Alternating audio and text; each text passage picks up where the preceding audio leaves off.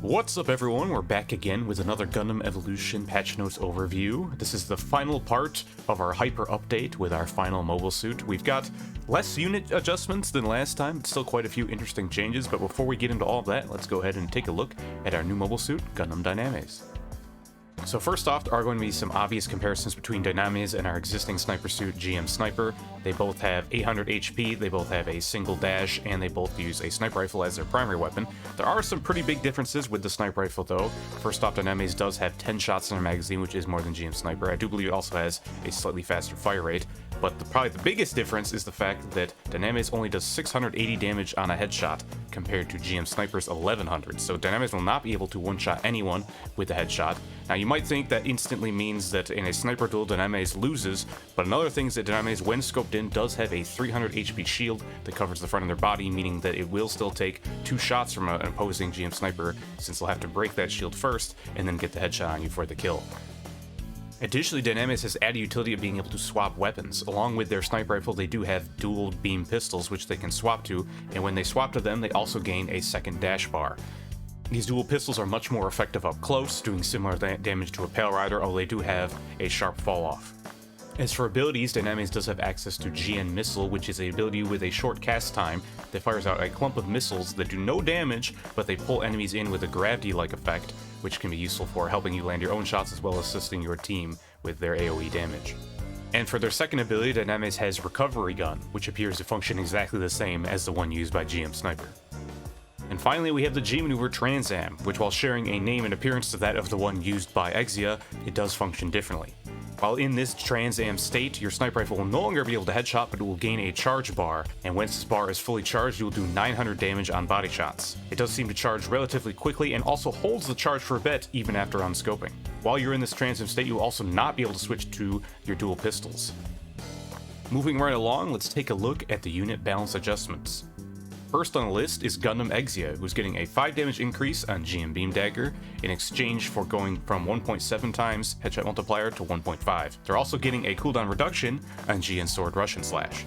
Now, my first reaction to this was that it was yet another nerf for Exia. They, originally had 2 times headshot multiplier, went down to 1.7, in addition to losing damage from the base damage of GN Beam Dagger, but now they're giving 5 damage back to GN Beam Dagger in exchange for lowering that headshot multiplier even more.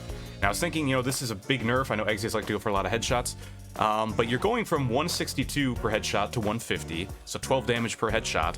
But I think it's worth noting that that base damage going from 95 to 100 can be a big deal. If you're not too good at hitting your headshots, that 100 damage threshold is pretty important, because on a 900 HP suit, 3 full volleys with no headshots is going to kill now, while you would fall just short and have to do another volley. And obviously the delay between starting a dagger volley and the individual daggers of a volley is a lot larger. So that could be pretty big, actually, getting that damage there. Obviously in group fights, the numbers aren't going to be that exact. You're going to have other people doing damage, so that missing 5 damage isn't going to matter as much. But I think even with, the cooldown reduction coming down, so even though you're losing a bit of that headshot damage, I think this overall is either going to be a very small nerf or even a bit of a buff. So I think my initial reaction to this was a bit harsh. I think it's actually okay. Might help out Exia a little bit.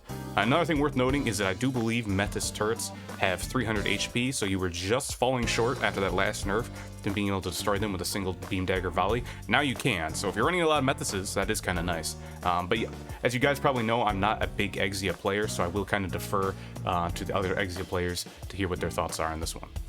Next up is Marasai, and this is a suit they have just not been satisfied with. They keep making changes to, and they're not stopping now. First up, though, we have an HP increase from 1200 to 1300, which, it's something I've been saying. Marasai, 1200 is a lot of HP, but Marasai is a wide suit. It's pretty easy to shoot, so giving them more HP, kind of a nice change there. I think I'm okay with that. They're also giving another buff to the rifle. They buffed it last patch, buffing it again, and another nerf to the beam blade. So they keep saying here that they don't like that the hook melee combo is too strong and doesn't have a lot of counterplay, so they're buffing other parts of the suit to compensate for that, more damage on the rifle. At this point though, if they're going to keep doing this, Beam Blade is a bad ability on its own. It's really only good in conjunction with the hook. And I think if they're just going to keep lowering it like this, I think they might have to rework Marasai or give some additional utility to that beam blade, because I guess I'm okay with the rifle going up, but it really feels like they're just making him more and more similar to like a bigger Gundam. You have like they don't want your hook combo to be as strong, so they're buffing the main weapon, making it more similar to Gundam's. But right now you do, Gundam's main weapon does 230, so this now does 30 damage more. You don't have as high as a headshot multiplier, so Gundam does 460 on headshots. I believe Marasai is going to be doing 390 with this change, so it is still less on headshots, and I do think it fires a little bit slower as well. But yeah, I don't know, they just seem a little bit lost. They've created this character who has a big part of their kit being getting these hook into melee combo, and they just keep nerfing the melee. They nerfed the hook as well, even though it has that shorter cooldown. So I don't know, they feel a little lost here. I do think this is going to be a buff, because if the Bane Blade really does get so bad, you can always just headshot people after hooking them at the end of the day. Good that buff damage they're giving there. So I do think this is a buff to Marasai, but I think they need to sit down and maybe think about where they want to take this mobile suit, because these changes have just been getting weirder and weirder, where they keep focusing on the rifle and nerfing the hook combo. Next on the list is Mahiroo, a mobile suit that people have considered the worst in the game for quite a while. They did give him that buff a while back and then kind of reverted a lot of the changes, but now we are getting buffs again. First off, long time coming, the increase of HP from 800 to 900. I think a lot of people suggest that. We were suggesting that even before the dev team showed they were more open to making these HP changes, and we finally got it. 800 to 900, I think most people agree that's a good change. And then another massive change is they're completely reworking the toroidal shield with internal mega particle cannon. Still longest ability name in the game, but this was a very awkward ability before, where you had to target a area and then launch the beam for the cannon to come in, and then it took a while. The targeting was really weird. It didn't have very long range, so they are changing it. First off, they're reducing the cooldown from 10 seconds to 6 seconds. They're changing that direct hit damage from 100 to 200. In exchange, they're increasing the time to impact from explosion from 0.9 to 1.2, so a little bit longer, and they also shrunk the area effect a little bit. But the thing is, it now fires out a projectile. None of that weird targeting, so you can go farther. It's easier to aim. You can fire it off faster and keep moving. I really like this change. I'm surprised this ability kind of made it into the base game as it was. It was extremely awkward, buggy. I guess the only thing that could be really considered a downside here is the fact that with the targeting you had before, you could work with the primary weapon to do really quick reload cancels. And now, since this doesn't seem to have a targeting aspect, you can still reload cancel with it, but you're going to have to fire it off and do the full animation, so it probably won't be as efficient as it was before, where you could just start the targeting, cancel the targeting, and get your reload really fast. But I am perfectly okay with getting a better cannon and losing out on that aspect, because it's kind of a gimmicky part of the character.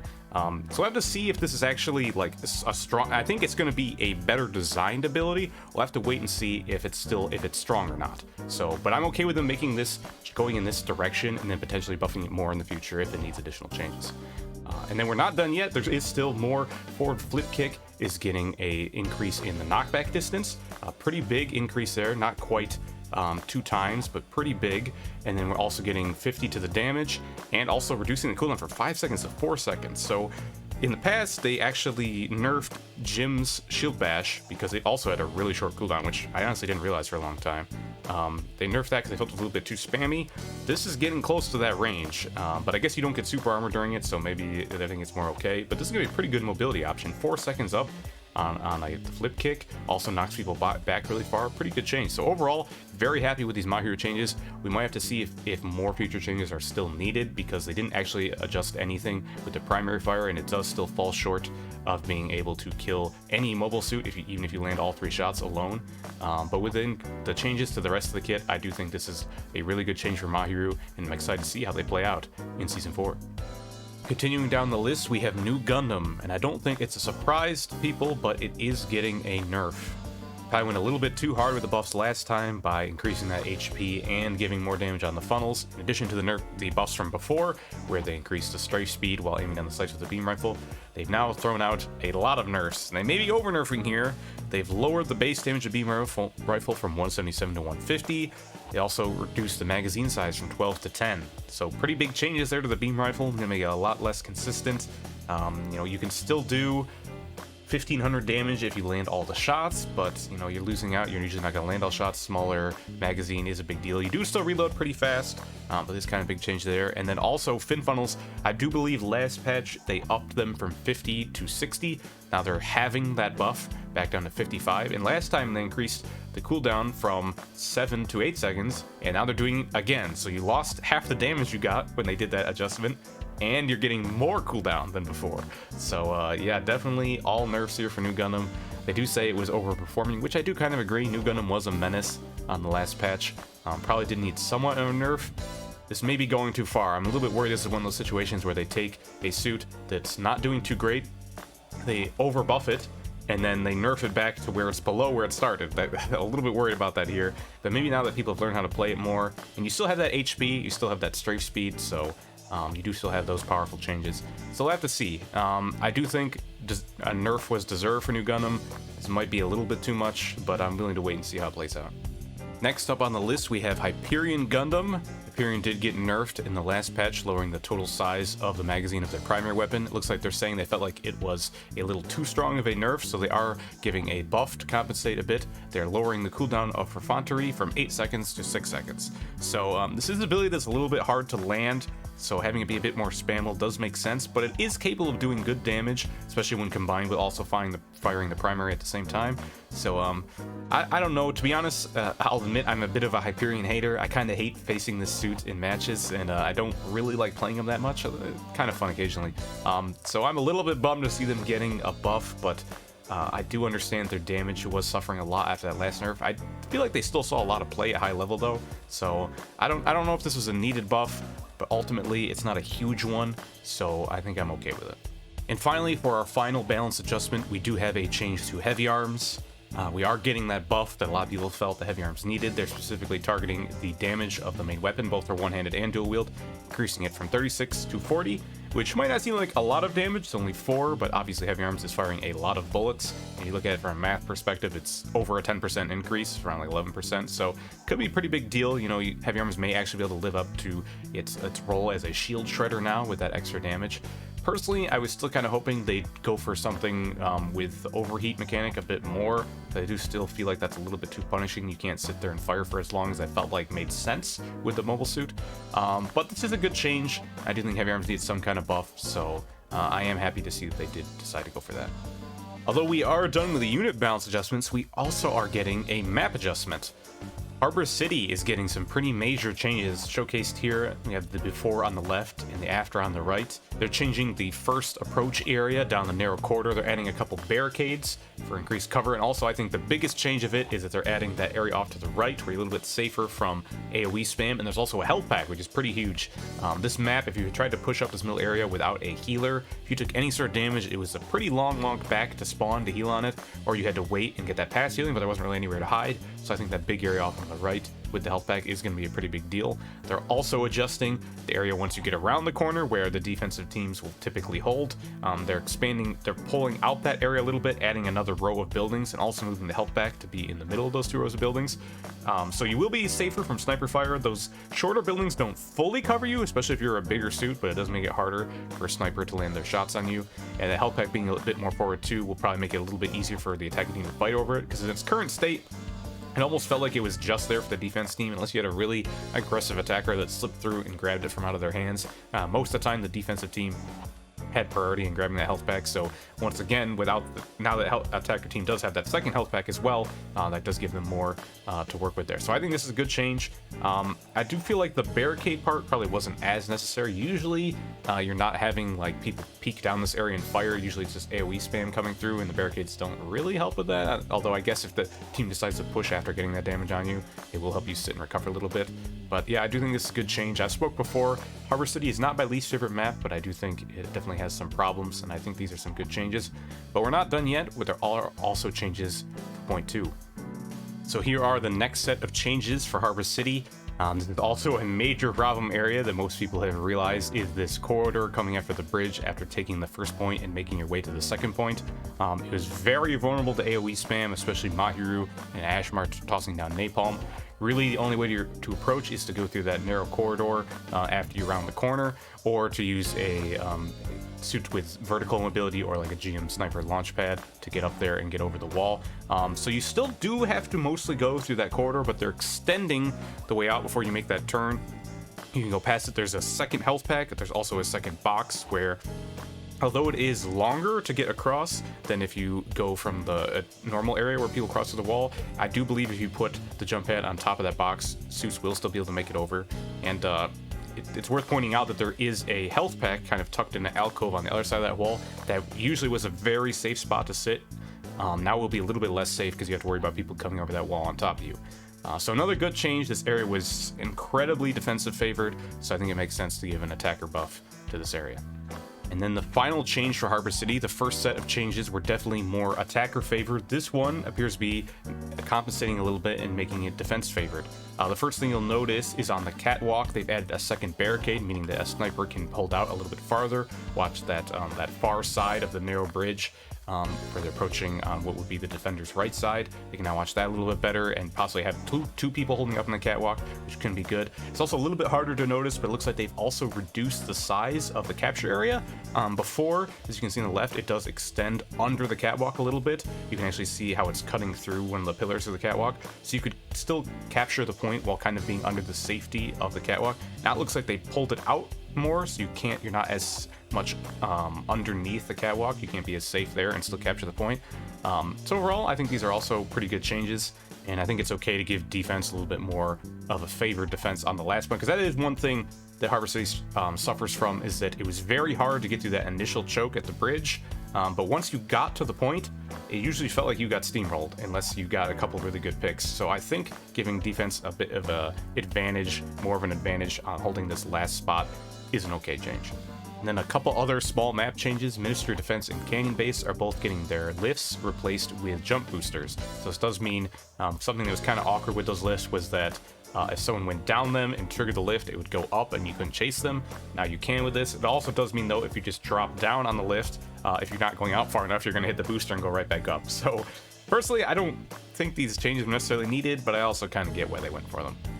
And then our final map change is that we are getting a new map. We're getting Buried City. It does come with a new rule set as well, Headquarters, which they've showcased a little bit of, which does look interesting.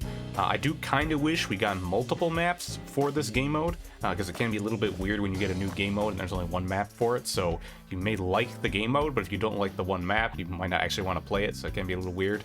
What they've shown of it so far, it does look interesting.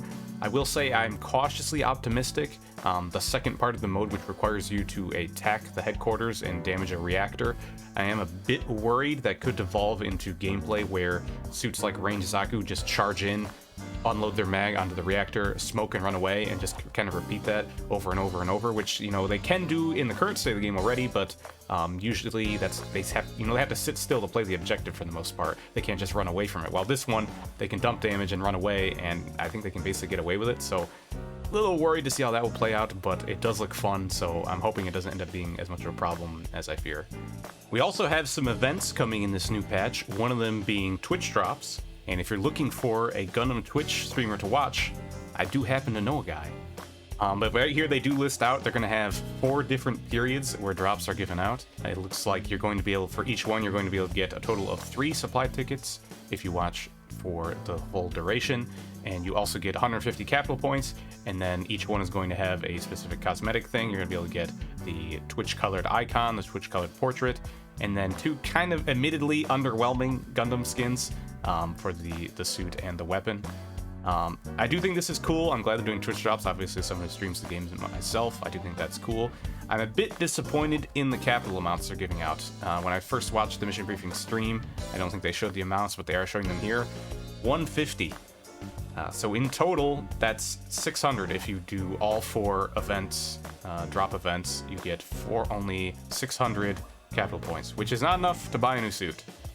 So I hope that they're planning to supplement this with additional events, maybe more Twitch drop events in the future, because 600 is just kind of an awkward number. It's not really going to help you do anything. I guess you can use them on supply pod tickets, or in place of supply pod tickets to open packs, but I think most people would rather save those points up for a new mobile suit, and 600 just puts you in kind of a limbo where you still need a full season's pass worth to really get anything new. So yeah, hopefully we'll see some more events, either more Twitch drop events or more events providing capital points in the future to help supplement this.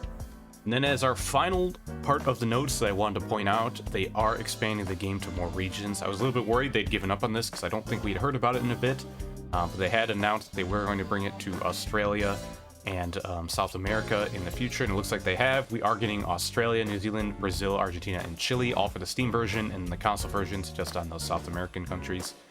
So yeah, I do know I had some viewers from Australia who were hoping to be able to get access to this game. Looks like you finally can, as long as you're playing on Steam, with the console versions coming later. But that is going to be our full patch notes overview. I'm curious to hear what all of you thought. Overall, I think I'm happy with this. I'm very glad we got a new map. Excited to try out the new mode. I agree with most of the changes. I do think it's a little bit strange that maybe they're leaving Pale Rider and Range Zaku in their current state. I was kind of expecting to see some sort of nerf for them. And of course, I'm always hoping for some sort of Barbados nerf, whether deserved or not. So him being unchanged is a little bit of a bum out. But overall, really like the changes. I'm glad to see that they've got some good ideas with how to make changes to like suits like Mahiroo and stuff. I'm glad for that. But yeah, excited to see how Season 4 is going to go. Definitely let me know your thoughts, what you're thinking. And with that, thanks for watching, and I'll see you guys next time.